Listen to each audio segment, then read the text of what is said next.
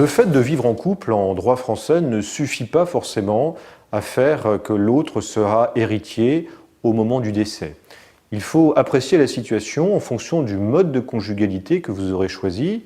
Je vous rappelle qu'en France, on peut vivre en étant marié, pacsé ou simple concubin.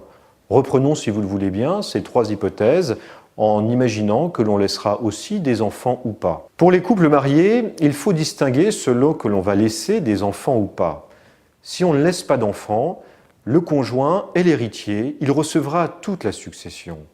Si maintenant on laisse des enfants, il faut apprécier selon qu'on a des enfants en commun ou que l'on a eu des enfants par le passé avec quelqu'un d'autre.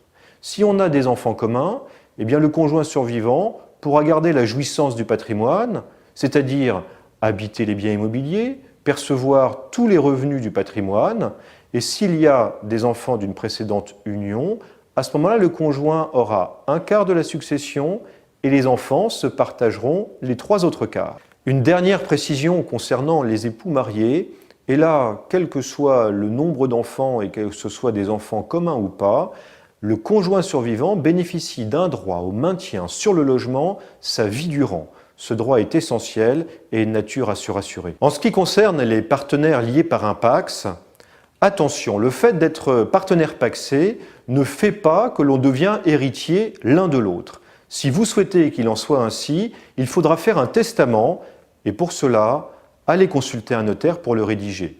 Mais donc attention, le fait d'être lié par un PACS ne fait pas de vous un héritier et si vous avez des pères et mères, des frères et sœurs, ce sont eux vos héritiers. Dernière hypothèse, vous vivez en concubinage ou en union libre, vous n'êtes pas héritier l'un de l'autre. Ici encore, si vous souhaitez laisser quelque chose à celui qui a partagé votre vie, faites un testament et pour cela, consultez un notaire.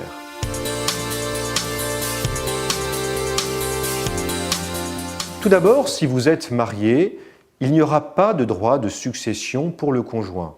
Tout ce qu'il recevra dans la succession se fera en franchise de fiscalité, pas d'impôt à payer. En ce qui concerne les partenaires pacsés maintenant, comme pour les époux mariés, il n'y a pas de droit de succession pour ce que l'on laisse à son partenaire. Voici une bonne nouvelle, mais attention, je l'ai dit tout à l'heure, vous n'êtes pas héritier l'un de l'autre pour autant. Enfin, si vous vivez en concubinage ou en union libre, l'addition fiscale risque d'être très lourde. Sachez que votre partenaire paiera 60% d'impôts sur tout ce que vous lui laisserez. Il faudra donc s'organiser.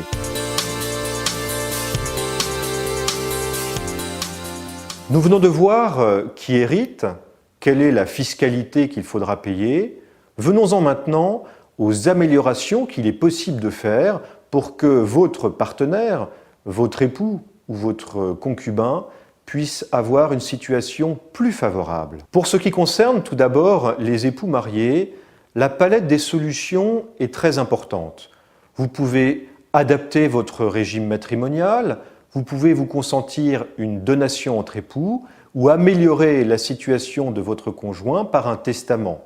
Toutes ces solutions nécessitent le conseil et l'intervention d'un notaire, mais elles permettront de faire que votre conjoint héritera à la fois plus, mais héritera surtout mieux. Pour ce qui concerne les partenaires liés par un PACS, la solution passe par la rédaction d'un testament. Celui-ci vous permettra de léguer, c'est-à-dire de faire que le partenaire recevra des biens dans votre succession, et nous l'avons dit tout à l'heure, sans qu'il ait de droit à payer.